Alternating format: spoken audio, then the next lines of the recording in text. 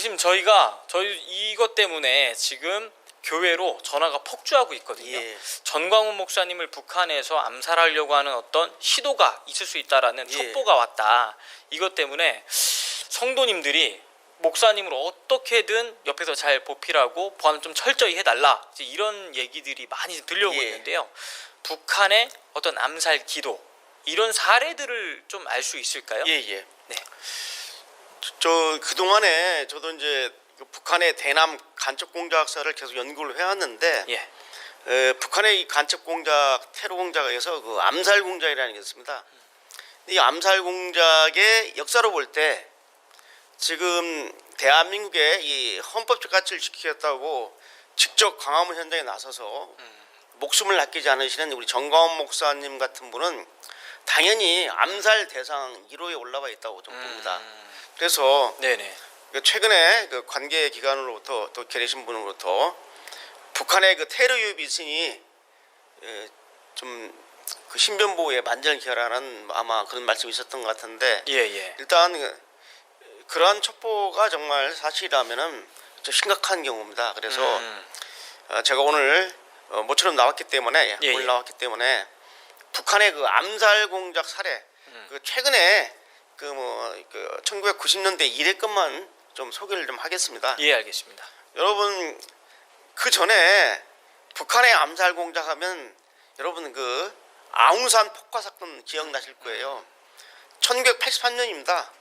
그 우리 전두환 대통령께서 버마를 방문하는데 그 북한의 정찰국 소속의 특수요원들이 침투가 돼가지고 사전에 아웅산에 그 전날 그 폭탄을 설치해놓고 바로 이제 우리 대통령 일행을 완전히 이제 폭사시키려고 했는데 그게 먼저 터져버렸죠. 네네. 대통령이 도착하기 전에 이제 그 대통령 선발대가 출발했는데 그 선발대 차량을 보고 우리 전두환 대통령인 줄 알고 먼저 눌러가지고 폭파하는 바람에 이 전 대통령은 목숨을 건졌죠. 그런데 미리 와 있던 우리 상당수 그 우리 이제 당시 그 외무부 장관이라든지 많은 강요들이 거기서 그 폭살을 당하거나 또는 심각한 중상을 입었죠. 이렇게 해외까지 따라와가지고 대한민국의 대통령을 갖다가 암살하라는 게 바로 북한의 김씨 집단입니다. 이 북한 김씨 집단은 김일성, 김정일, 지금은 김정으로 이어지고 있지만은 이러한 암살 테러 공작은 끊임없이 계속되고 있었어요. 그래서 그 90년대에 있었던 사건을 하나 예를 좀 들어보죠. 여러분 그 1982년 10월 달에 제 기억으로 이한영이라고, 물론 이 이름을 갖다가 바꾼 겁니다. 이 누구냐면 이한영이가 누구냐면은 그 김정일이의 애첩입니다. 성혜림이라고 유명한 북한의 영화 배우인데 이 성혜림이의 조카입니다. 이게 성혜림이 언니의 성혜랑의 그 아들이 바로 이한영이었어요. 그러니까 북한에서는 아주 로얄 패밀리 위치에 있었습니다. 이 친구가 이제 저쪽에 동구권에 유학 나와서 하다가 한국으로 왔죠. 그때가 1982년 10월 달입니다. 82년 10월 달인데 이제 북한에서는 이 이한영의 존재를 몰랐어요. 어디서 죽었는지. 그래서 북한도 나름대로 정보망을 통해서 이한영이 사라지니까 그래가지고 아마 유럽을 막 돌아다니다가 유럽의 뭐 범죄 깡패나 그 범죄 조직에 아마 죽음을 당한 게 아니냐 이렇게 판단을 내렸는데 이한영 씨가 어느 날 갑자기 그동안 쫙 숨을 쥐고 있다가 생계가 좀 어려우니까 뭐 사업에 투자했다 실패하고 하니까 그 대동강 패밀리라는 그 자서전을 썼어요. 여기에서 처음으로 북한 김일성, 김정일 일가의 그 실태를 낱낱이 밝혀버렸습니다. 북한이 난리가 났죠. 이한영이가 유럽에서 배회하다가 죽은 줄 알았는데 이게 북한 표현으로 남조선으로 갔구나. 이미 갔더니 얼굴도 성형을 했습니다. 북한의 암살을 하기 위해서 이름은 당연히 바꿨고 얼굴도 성형을 했는데 이게 바로 그 대동강 패밀리라는 그 책자를 갖다 발간하는 바람에 죽음을 앞당긴 거죠. 그래서 북한 대남공작 지도부에서 특수요원을 난파시킵니다. 당시 그 사회문화부의 북한의 간첩 조직인 사회문화부의 순호전한 특수공작대가 와가지고 한영이의 소위 신원 사항을 파악해가지고 네. 위치를 파악해서 그 분당에 있는 아파트 앞에 기다리고 있다가 그 소음기가 달린 권총으로 빵빵 해가지고 그냥 바로 그냥 처음에는 그 대동 월북을 시키려고 그랬어요. 네네. 붙잡아가지고 북한으로 데려가려고 그랬는데 네네. 그게 안 되면 바로 파이어 시키라 죽이라고 그랬는데 완강하게 반항을 하니까 네네. 그 자리에서 그 아파트 복도에서 이게 또 다른 데서 들리면 안 되니까 그냥 빵빵 쏘가지고 죽었죠. 바로 이한영 그 암살 사건 유명한 사건입니다. 자 이렇게 북한 정권에 해가 되니까 자기 친족들도 와서 네네. 죽이는 거죠. 그 다음에 여러분 최근에 좀 일을 하면 여러분 2017년도에 네네. 그 재교로 1월 13일 같은데 그 말레이시아 쿠알라룸푸르 국제공항에서 지금 그 김정은이가 북한의 집권자인데 네. 김정은이의 이복형이죠. 네. 김정남이죠. 네. 이 김정남이가 장남입니다. 김정일에. 네. 근데 이 김정남이를 갖다가 말레이시아 쿠알라룸푸르에 있는 국제공항에서 그 VX라는 아주 네네. 그 러시아 과거 한참 때 사용했던 그 신경 작용제라는 것을 사용해가지고 독사를 시켜버렸습니다.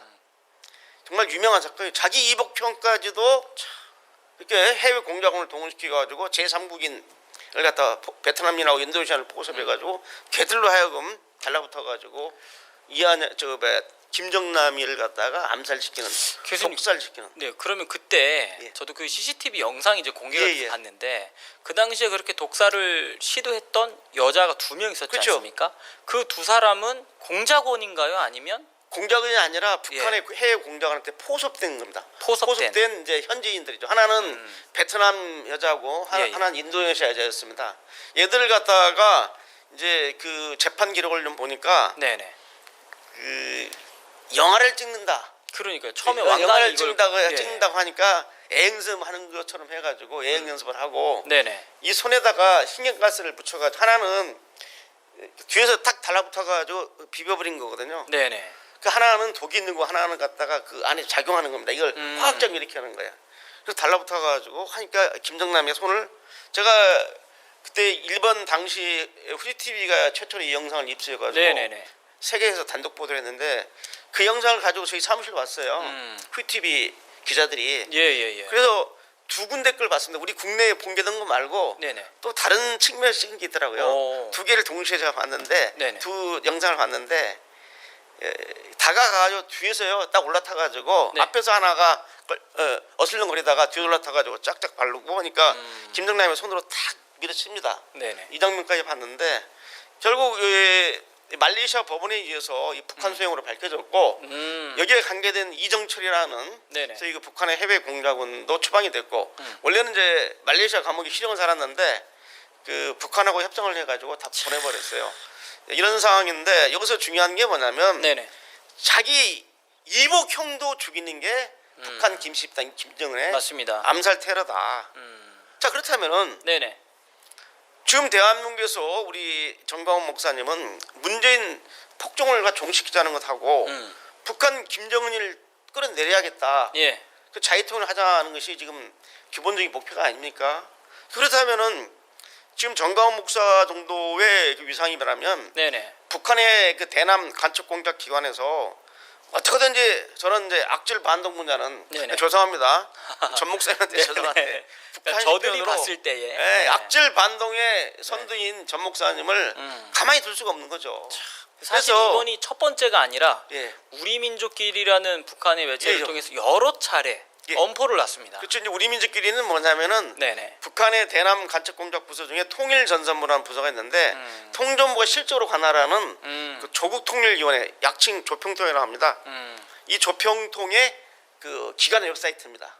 그래서 우리 민족끼리가 가짜 뉴스 흑색선전을 갖다 남발해가지고 우리 사회를 혼란시키는데 아주 대표적인 매체가 우리 민족끼리입니다. 그래서 국내 종북단체들이 실시각으로 우리 민족끼리에 올라와 있는 내용들을 그대로 다운로드 받아가지고 국내에다가 확대 재생산하고 있는 아주 쉽게 북한의 대남 대내 선전 매체입니다. 대남 전용 선전 심전 매체인데 거기에서도 정강훈 목사에 대해서 테러 위협을 협박을 많이 했죠. 네네. 그래서 이게 이제 이번 아마 3.1절 데이도 있고 앞으로도 계속 이런 행위가 되면은 네네. 쉽게 북한이 기도하는 대남 적화혁명에 큰 걸림돌이 되기 때문에 일단 정강훈 목사를 테러를 해서 이를 처단하면 네네. 많은 우익 인사들이 심리적으로 위축이 됩니다. 잘못하면 나도 죽는 거 아니야? 이런 심리적인 위축 효과를 노리기 위해서 우리 네네. 대한민국의 자유애국 운동을 갖다가 위축시키기 위해서 네네. 쉽게 말하면 완전히 그 가라앉게 하기 위한 북한의 공작이고 이러한 것들을 테러한다는 것을 슬며시 우리 민족끼리 다 흘리는 것도 심리전 공작의 일환이지만은 실제로 자행할 가능성이 있습니다. 또 하나의 사례를 들게요. 제가 여러분 그 북한 인권 운동하는 풍선 날리는 박상학이 있습니다. 자유북한 운동의 대표이신 이 박상학 대표도 네. 독살 테러 위협에 직면했다가 이것도 나중에 이제 밝혀졌죠. 그때 이 박상학 대표 같은 경우는 안하객이라는 탈북민이 있는데 네. 이 탈북민이 뭐 사업차 몽골에 갔다가 몽골에서 북한의 해외 공작원을 접선하고 해외 공작원이 이 안하경이 제가 이 실물을 밝혀 조사합니다. 안모 씨의 그 북한에 있는 어머니, 친어머니를 인질을 하면서 네 어머니 살리고 싶으면은 박상학이를 제거하라 하고 독총을 받아요. 독총을. 그래서 독총으로 암살을 하려다가 네. 미수에 그쳤죠. 미수에 그쳐서 그때 당시에 국정원이 그 안하경 탈북민 출신 안모 씨를 체포해서 검거한 적이 있습니다. 그 미수에 그친 이유는 뭔가요? 사전에 그 정보를 발각해서 이제 박상학 씨를 박상학 대표를 이 안모 씨가 지하철 입구에서 만나게 했는데 만날 때 우리가 거기서 딱 대기하고 있다가 만날 때 덮쳐가지고 그 독살 기도를 나갔죠. 그래서 이런 식으로 반북한 운동을 한다 이거죠. 탈북민 출신의 대북 인권 운동가들이 북한에서 볼 때 반공화국 모래탕이 난다고 이렇게 치부를 하고 저런 놈들은 없애야 된다. 사실상 그 사건이 터져가지고요. 당시 종편에 자주 나오던 그 종편에 나왔던 탈북민 인사들이 갑자기 출연을 거부하는 사태도 있었어요. 두려워가지고 언제 또 맞습니다. 테러를 당할지 몰라. 좀 지나서는 다들 또 이제 나와서 열심히 뭐 활동을 하시는데 그러니까 이게 심리적으로 탈북민들한테 박상학 대표 같은 정도를 한번 테러를 가하면은 잘못하면 나도 당할 수 있다는 것 때문에 대외할 때 위축돼가지고 바짝 엎드립니다. 바로 그러한 걸 노리는 그 공작이 바로 이러한 테러 공작이죠. 그러니까 이 테러 공작은 예를 들어서 반문명적이고 반인륜적인 이러한 행동이죠. 행동인데 북한은 그걸 당연시하고 있고 북한의 그 정찰총국이라는 특수부서가 있습니다. 그 대남 테러 공작을 담당하는 이 정찰총국의 특수요원들은 암살 교육을 받습니다. 암살 교육. 전문적인 암살 테러 교육을 받기 때문에 이 요원들이 김정은 지시만 내려가면은 국내로 침투가 돼가지고 소위 그 요인 암살 같은 뭐 정강훈 목사뿐만 아니라 여기 지금 너아라 TV 대국본 뭐 저 같은 사람들 우리 이영환 PD 같은 사람들도 만약에 북한의 대대적인 남한의 적폐 세력 보수 적폐 세력을 처단하라. 이게 지금 북한이 일관되게 내리는 지령입니다. 그래서 북한이 매년 국내 종북 세력한테 그 지령을 내리는데 그 지령 중에 그 제거 대상 명단들이 있나요? 명단 정도가 아니죠. 일단 암살 공작이 딱 작전이 시작되면은 어느 수준까지 제거해야겠다는 것은 이미 북한이 작성하고 있는 리스트를 갖고 있는 거죠. 그래서 지금 이제 저희들이 대비해야 할 것은 뭐냐면 첫째는 일단 그 정강훈 목사처럼 이렇게 공개되고 오픈된 상황에서는 수많은 사람들이 특히 달라붙는다는 표현 죄송하고 접근을 해옵니다. 맞습니다. 이 접근을 해올 때 유의를 하셔야 됩니다. 그러니까 신원이 확실한 분들하고는 상관이 없지만은 그냥 목사님 하면서 막 환영합니다. 뭐 목사님을 숙모합니다 하고 달라붙는 분 싫다고 거절할 수가 없잖아요. 그러니까 주변에서 경호하시는 분들이 그걸 좀 미연의 방지를 좀 강하게 해야 될 것 같습니다. 근데 또 경우가 또 심각하면은 예. 또 많은 또 우리 국민들한테 불편을 드리고 하는 문제가 있는데 일단은 네네. 북한이 정말 파이어를 시켜야겠다, 테러 저격을 해야겠다 싶으면은 정말 상당히 어려운 상황이 될 수가 있습니다. 예를 들어서 지금 이게 우리가 남북한 관계뿐만 아니라 네. 국제 첩보 운동사를 보면은 이 러시아의 그 대외 공작원이었습니다. 공작원이었는데 영국으로 망명을 했어요. 그 러시아의 공작원이 네네. 망명을 해서 이중간첩에서 망명을 했는데 푸틴이 부인을 하고 있잖아. 러시아 정보 당국에서 바로 그 영국에 그로 망명한 그 공작원을 갖다 테러해서 암살해 버렸습니다. 그 물질에 의해서. 근데 어떻게 했냐면 네. 여러 가지 방법이 있어요. 그냥 악수하면서 지나가면서 싹 치면서 독침으로 꽉 찔릴 수도 있고 한 1m 간격에서 그냥 네네. 부르면 톡 찍혀가지고 하는 경우도 있고 독침이 있고 무섭습니다. 독총이라는 게 있어요. 네네네. 또 그동안에 우리가 검거한 그 북한 공작원들 보면 독총이 있습니다. 네네. 이 만년필, 네네. 그 만년필 같이 생겨서요. 칵 누르면 그냥 쿡 찍힙니다 이게.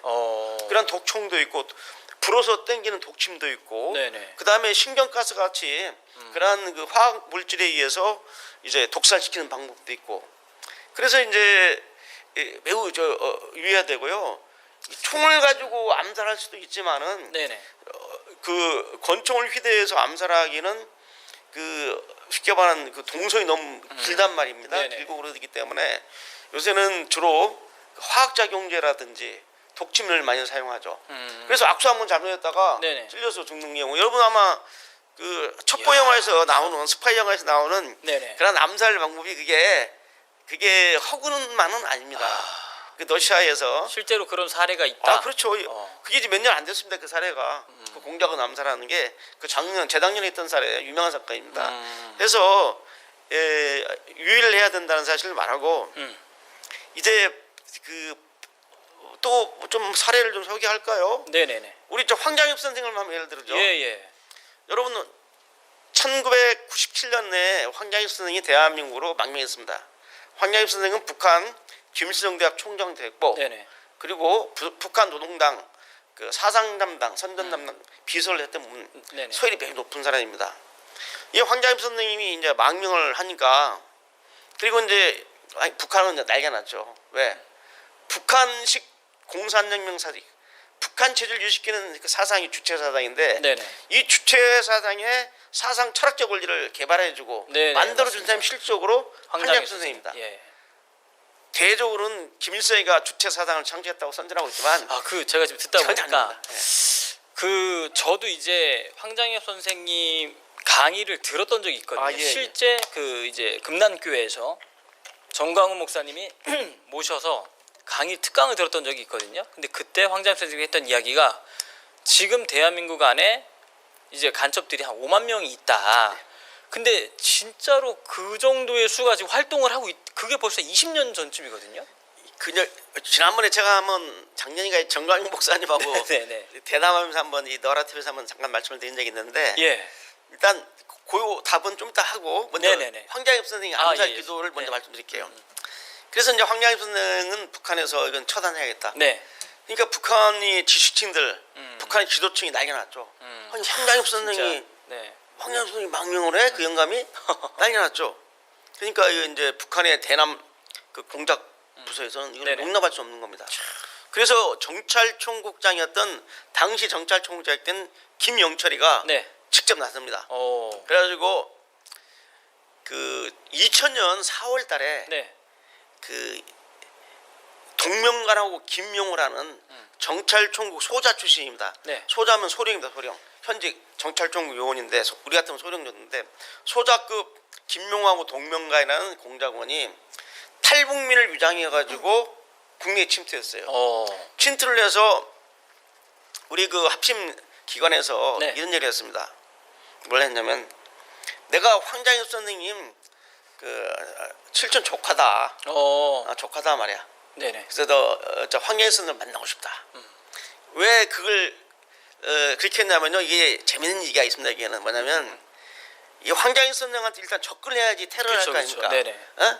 황장익 선생은 아주 경우가 아주 네네. 엄격했죠. 통 같기 때문에 뭐 일단 독침이라든지 무슨 뭐 총을 쏜다 이게 생각할 수 없는 거죠. 일단 지근거리에 있어가지고 하는데 네. 또 황장익 선생 만나는 사람들은 다 그 저걸 봤습니다. 아마 강의 들어갈 때도 아마 다 이거 다 체크를 했을 네, 거예요. 맞습니다. 다 체크를 해서 강의 근데 그렇기 때문에 이제 어떻게 그 암살을 하느냐? 맨 주먹으로. 야.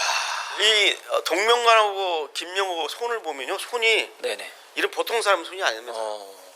그냥 이 수도로 말이죠. 네네. 뭐 아침 저녁으로 막 하루에 1000회씩을 갖다가 이 수도 연습을 하고 있기 때문에 만나면 예를 들면 뭐 당숙님 하고 하다가 그냥 옆에 경원이 있지만 그냥 경원이 달라붙기 전에 그냥 이 뇌수를 갖다가 내려쳐가지고 사람을 죽일 수 그렇죠. 있는. 야. 왼손으로 사람 죽이는 거죠. 그냥 내려치려고 그 작전을 가지고 일단 접근을 하는데 제일 좋은 방법은 뭐냐? 네. 일단 친인척으로 유장해야겠다. 그래서 실제로 황장익 선생님 그 조카되는 사람 네네. 황모 씨가 있어요. 그 황모 씨의 신원을 그대로 암기하고 왔습니다. 오랫동안 그래서 몇 년생이고 아버지가 누구고 어머니가 누구고 이렇게 쫙 그 가게들을 네네. 다 깨고 일단 물어보면 알아야 되지 않습니까? 바로바로 대답을 해야 되니까.